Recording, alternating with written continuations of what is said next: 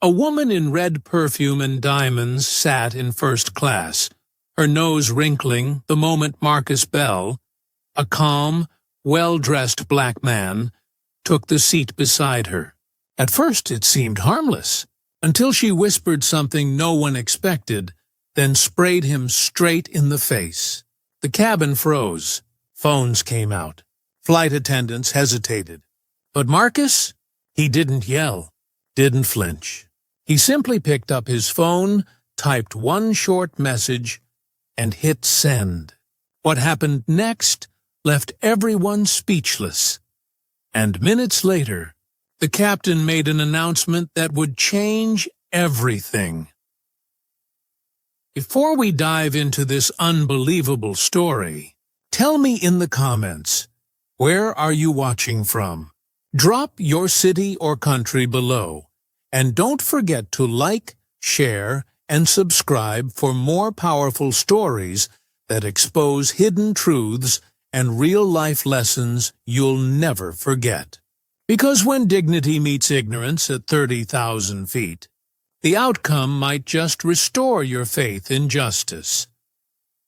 Marcus Bell, a successful black CEO, stepped into first class quietly. No entourage, no flash, just calm confidence. He had just closed a massive deal and wanted nothing more than rest. Dressed simply in a hoodie, jeans, and sneakers, he valued comfort over appearances. Sliding into his seat, he adjusted his headphones and exhaled. For Marcus, this was a rare moment of peace. But little did he know, trouble was seconds away. The woman who slid into the seat beside Marcus made her discomfort obvious.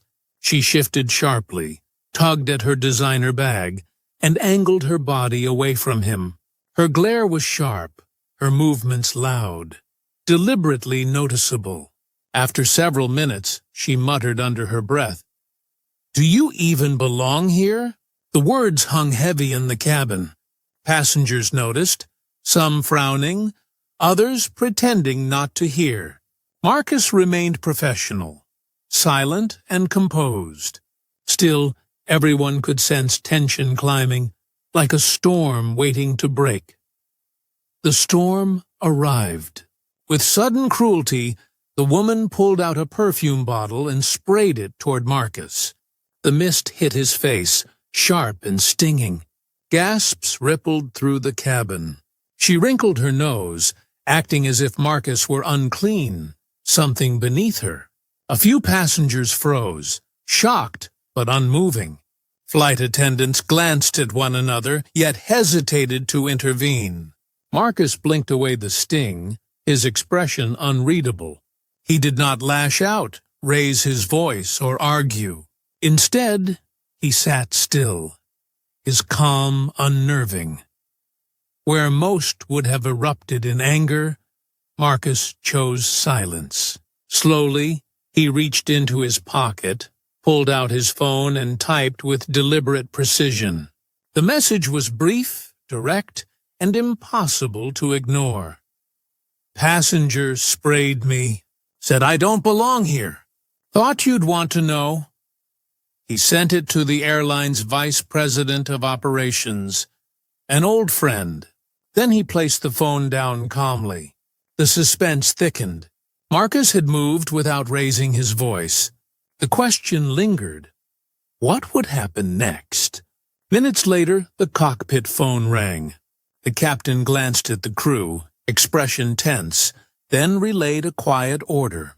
Moments after, 2 ground staff and a gate manager entered the cabin, firm and composed. They approached the woman. "Ma'am, you'll need to step off the plane," the manager said. Shock spread across her face. "What? No, he's the one causing—" She pointed at Marcus. The manager didn't budge. "Please collect your belongings." The cabin grew silent. Passengers lifted their phones, recording every second. The balance of power had shifted dramatically. Furious, Karen shot up from her seat, her face flushed red. She hissed at Marcus through clenched teeth. "You'll regret this." Passengers turned, holding their breath. Marcus finally lifted his eyes from his phone, calm and steady.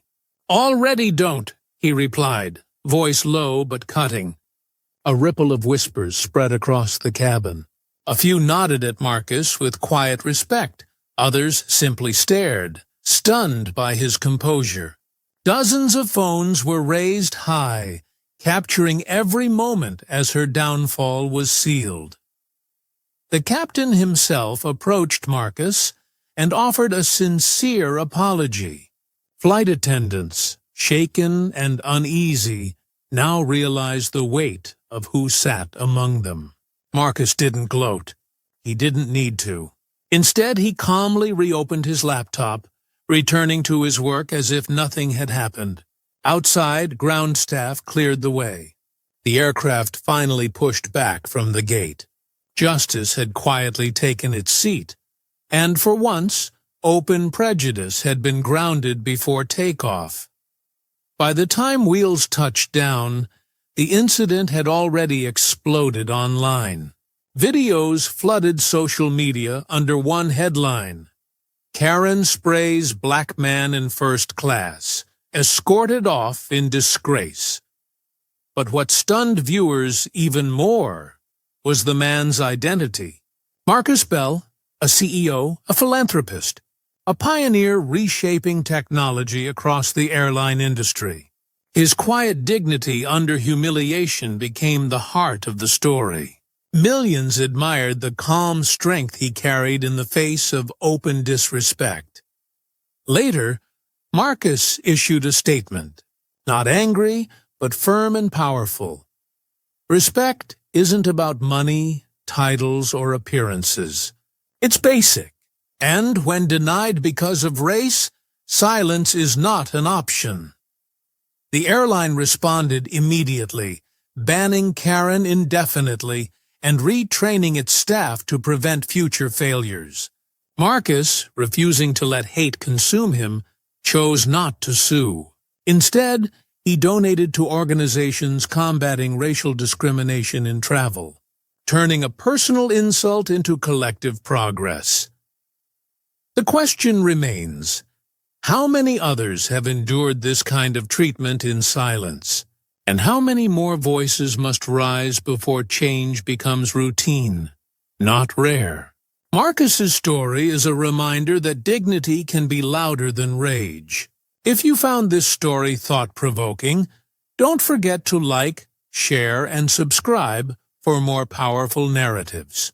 And now, we want to hear from you. What are your thoughts? Share them in the comments below.